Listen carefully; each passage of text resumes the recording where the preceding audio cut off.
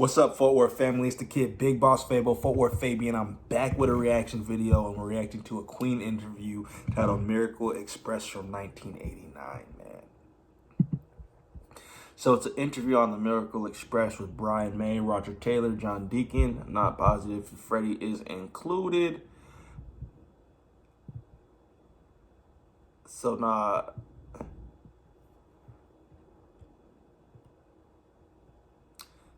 So be sure to like, comment, subscribe, hit the notification bell. Follow me on Instagram and Twitter at FortWorthFabian.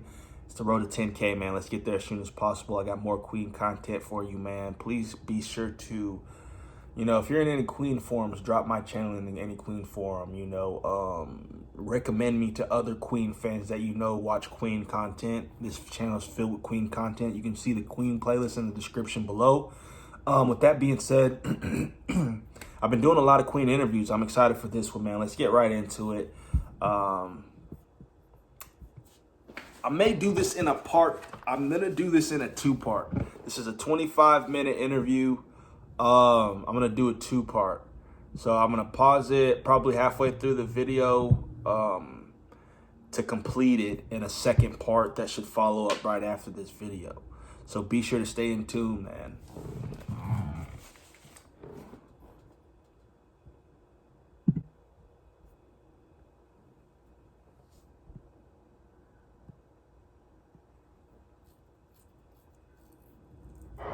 This is your first studio album since 1986. Why the wait, and did it help you to return to recording refreshed? Right. Yes, after many years on the road, I think it was about 16 or so, we did recording tour endlessly, I guess. I don't know why he laughed at that question. He was probably like the way it came off. But I took off the headphones because I always forget to take them off. When I watch interview content, I do not put headphones on, man. I let my ears breathe. The interview content is the sole content that I do not put headphones on for. All the live performances and, studio versions, tracks, stuff like that is stuff I'm always listening to with the utmost care. That's why I got my headphones on. But Brian's dope, man. I really like the casting they have for Brian May in the Bohemian Rhapsody movie. It was spot on. And if you've seen that I'm talking about the Bohemian Rhapsody movie a lot in my more recent Queen posts, it's because I just literally watched it. I just saw it the other day, man, and it's dope. I don't want to ramble too much on too much randomness going on, but Brian's dope, man, and that's surprising. I didn't know he took that much time, which is about a 3-year span in order to release music after. So, I don't know.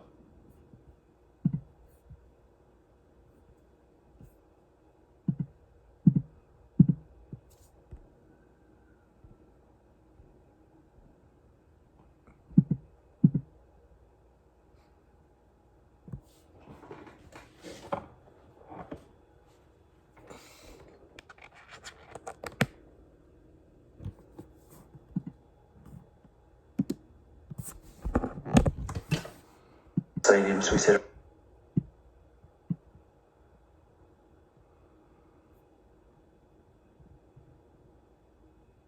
So we said, right, we'll take a little break. We're not going to split up, but we just need some space for ourselves. And when the time is right, we'll make the album, rather than, somebody says you've got to make one, so we make one. So we waited, and we did various other things. Freddie and Roger both did solo projects, and I'm halfway through one and did a lot of producing. And then we just felt in the mood somehow. And we all had lots of songs, all came in prepared with lots of material. And it seemed like a good time to go into the studio. And we seemed very fresh. As soon as we started playing together again, it felt great. It felt like there was some real magic and real chemistry there again. So there's a lot of, on the album, you can hear a lot of first take stuff where we're obviously really enjoying each other's playing. So it had the desired effect. We feel very refreshed and rejuvenated. The album shows a wide variety of sounds. Could you talk about that? A wide variety of sounds. Well, it's basically the four of us.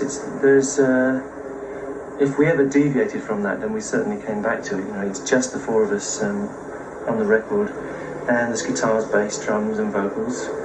And nowadays there's a few synthesizers and samplers and stuff thrown in. But we made a very conscious decision that the technology wasn't going to take us over, and we were going to keep the human element as far to the front as we could, and use the technology to preserve and augment that. So although it's a very techno-aware album, hopefully there's a lot of humanity in there as well. We think so. We think it's very exciting because we, as I say, we felt we're enjoying what we're doing, and the sounds reflect us as a group more than they have done the last few albums. You know, it's not like sit down with a drum machine and a synthesizer. You know, we played together and evolved things which seemed to excite us, and then built everything around that. What are the main components that have kept Queen together up until now? How do you work together? What a well said answer. But a complete side note, man, I hate interviewers that don't really have a conversation with the artist. They just read questions at you. It's literally like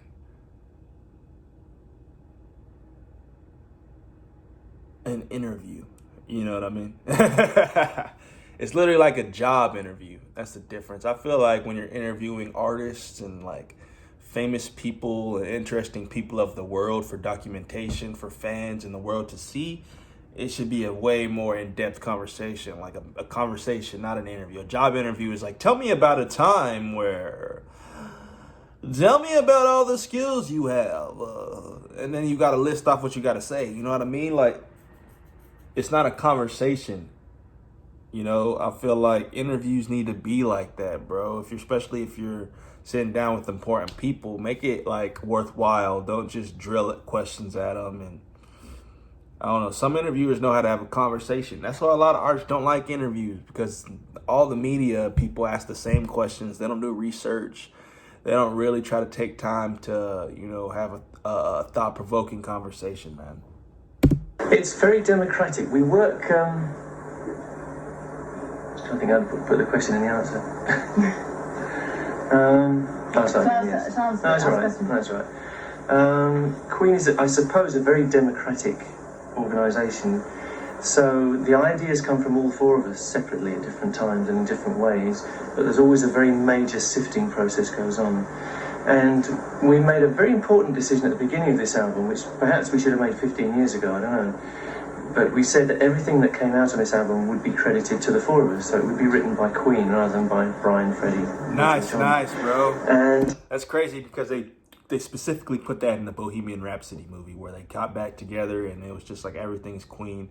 But like his perspective on how they're four individual people, blah blah blah, like they come together. The movie did a bad job of depicting that, bro. The movie made it seem like it was Freddie's way or the highway.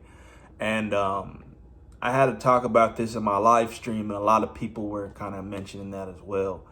It's like they didn't really agree with how Bohemian Rhapsody, the actual film, depicted a lot of them and their actual true character and personality. You know what I mean? But that's something that they definitely mentioned.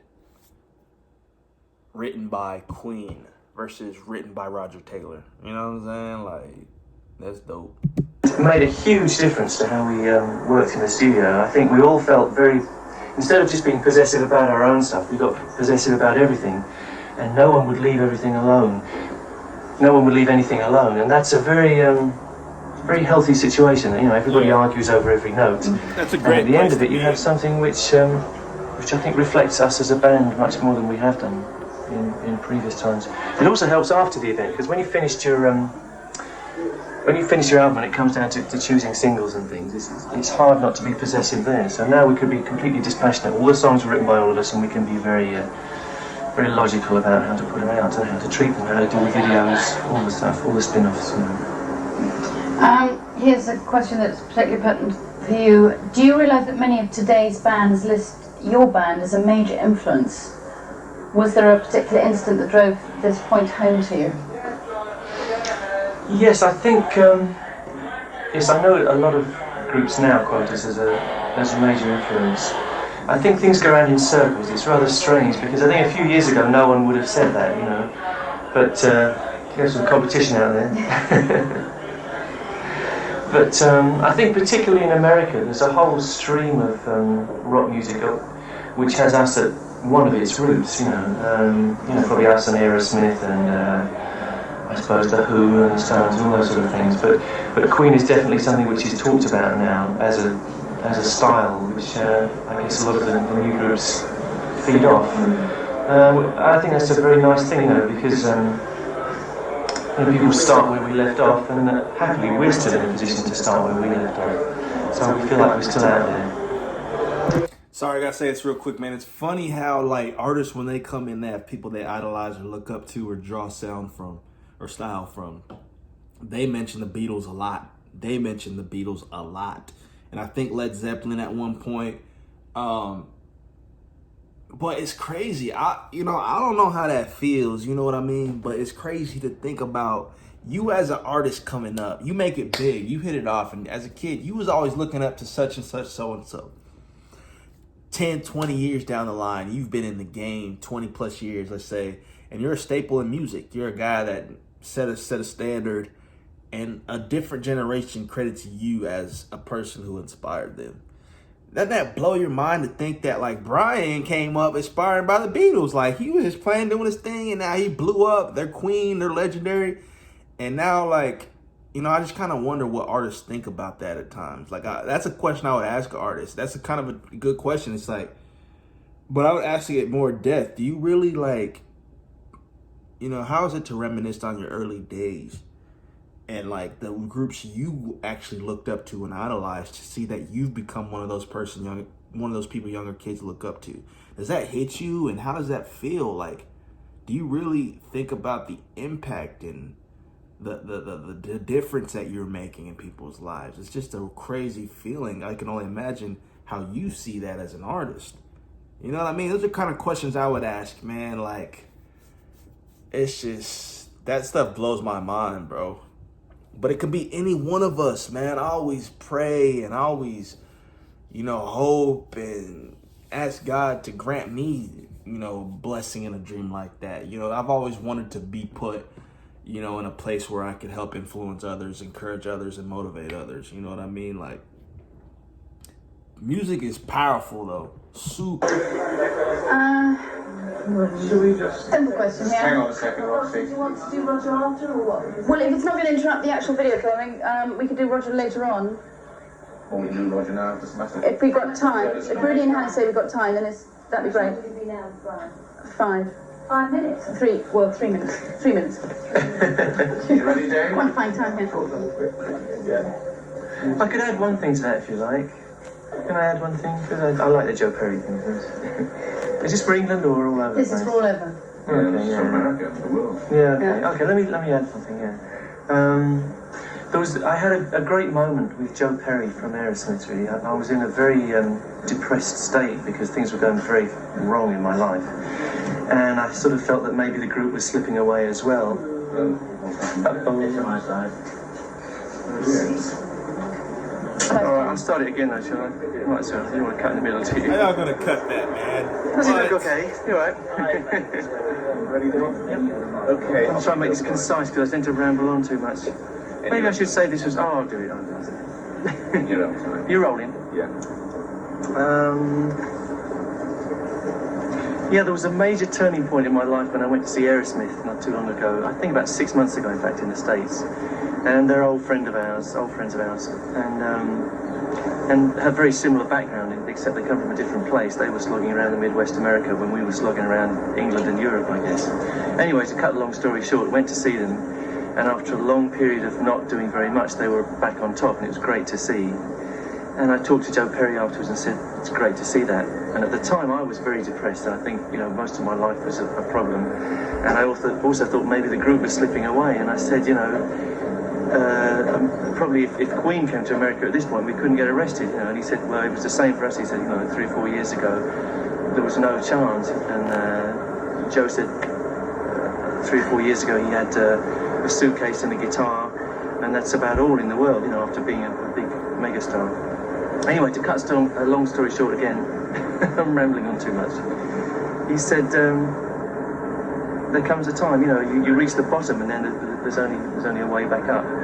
So Queen for a long time in the States certainly became unknown, which is very strange, and it's great to see it beginning to happen there again.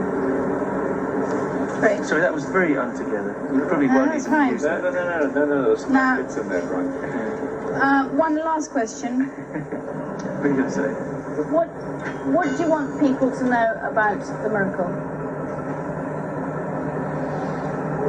I guess when people see the miracle, I want them to see the cover and see four people almost indistinguishable from each other, and I'd like them to feel that inside that rattler is a group who has almost the same feeling. It's a very closely knit group, and we're very much alive, and we're very much out there again, and we want to make you smile.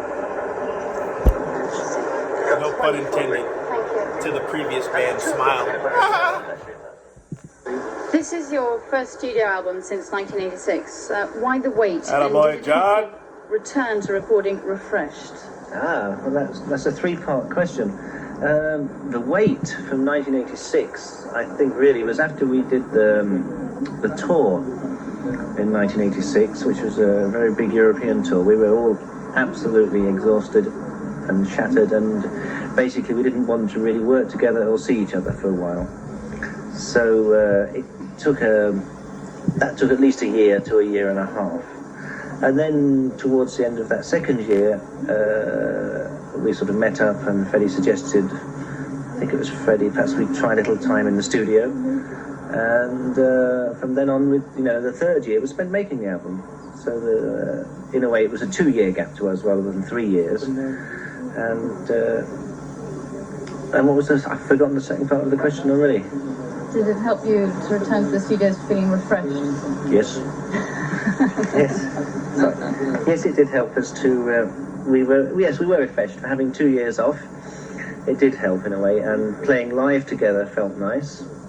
Just the four of us just sitting in a room and playing felt nice, and that helped get the album off to a good start. How was the whole writing/recording process different on The Miracle than on previous albums? Did you consciously set out to do anything different from usual?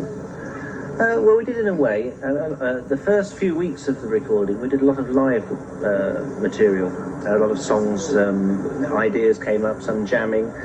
We had a few ideas that were already prepared. I Want It All was one of the few songs that was actually written before we went in. And then a lot of them were written while we were in, and then we put we tried lots of different ideas, and I don't know, in the end we just kept working at it for a whole year, and kept changing things every day, and really till we ended up with something we were happy with. The album shows a wide variety of sounds. Could you talk about that? A wide variety. There is a lot on there. I mean, what is unusual about this album is that we didn't have any other musicians involved at all. We did everything ourselves, whether it was keyboard parts or we used synthesizers for orchestral parts, some computers for a certain amount of it, as well as live work. But it was all ourselves, which is new in a way, because sometimes on previous albums we've used a keyboard player or had other people in as well. But, so that was satisfying in a way, that it was very much Queen, just the four musicians. What are the main components that have kept Queen together up until now? How do you work together? The main components is, in fact, it's the same four people. It's Roger, Brian, myself, and Freddie. That's okay, come on. We'll do the question again. Yes. He's lying. You can all come and And then we'll do it again when they're...